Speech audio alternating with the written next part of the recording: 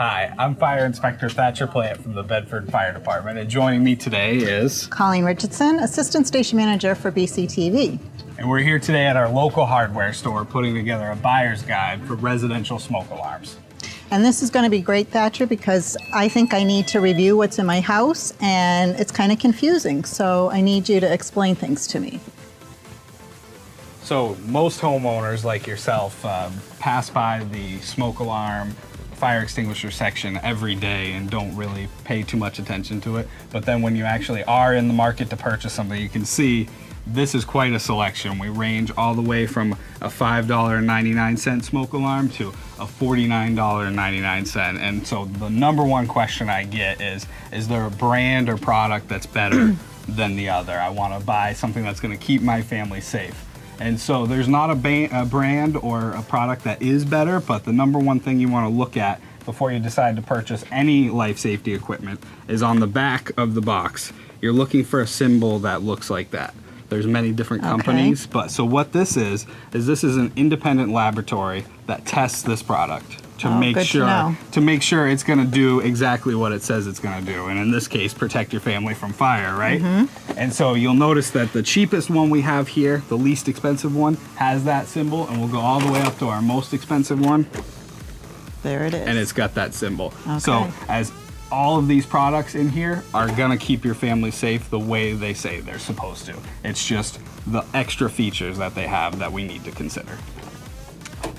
And so with that, you know, what makes it such a difference between the less expensive one and the most expensive one, and where should we decide to purchase?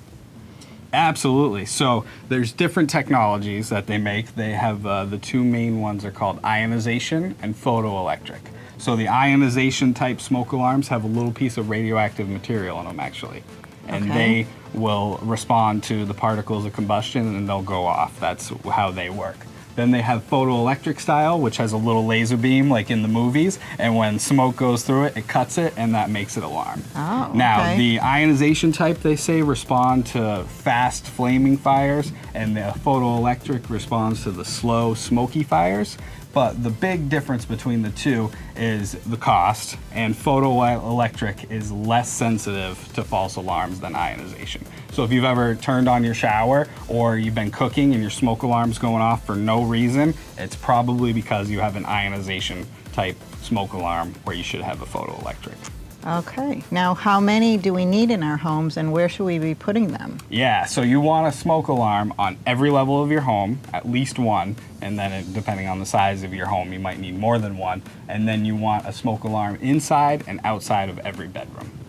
Oh, every bedroom, yeah. Not just the hallway. Not just the hallway. The hallway is a great place for one too. You should be sleeping with your door closed, but you also want one inside your bedroom as well. Okay.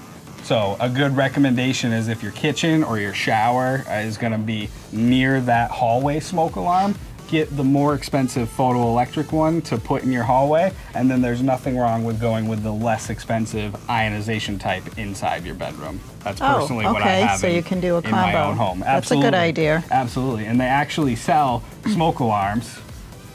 This one right here, actually, photoelectric and ionization. They build it into this. Both technologies are in there, so it will respond to both those fast flaming and those slow smoking fires.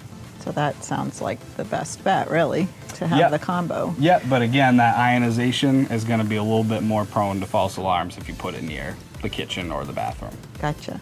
So, and then there's some additional features too, like some of these actually have night lights in them. If you wanted to install this one in your hallway, when this one goes off, it actually illuminates the hallway. So if there was a power failure in addition to a fire, that'd be a really bad day, but you would be illuminated your way out. But that's a good thing to have. Yeah, absolutely. Now, in my house, because I bought an older home, it already has smoke detectors. Should I be replacing those, or is it okay to still use those? Yes. How do you know? So smoke alarms, residential smoke alarms are good for 10 years. So if you take the smoke alarm down from your ceiling, you'll look and see there's actually going to be stamped on it the date it was manufactured. So if it's older than 10 years or 10 years old, it's time to replace that. Now, And so- some of them are hardwired too, Yes. so those still should be replaced even though they were should. hardwired. Yeah, absolutely, because it's actually the components within them themselves that deteriorate, not how it's powered. But hardwired is better than battery operated, so a hardwired smoke alarm, if one goes off in your home, they'll all go off. Where the ones that aren't connected and are just with battery, it will only alarm at that location. So hardwired is always the best with a battery backup.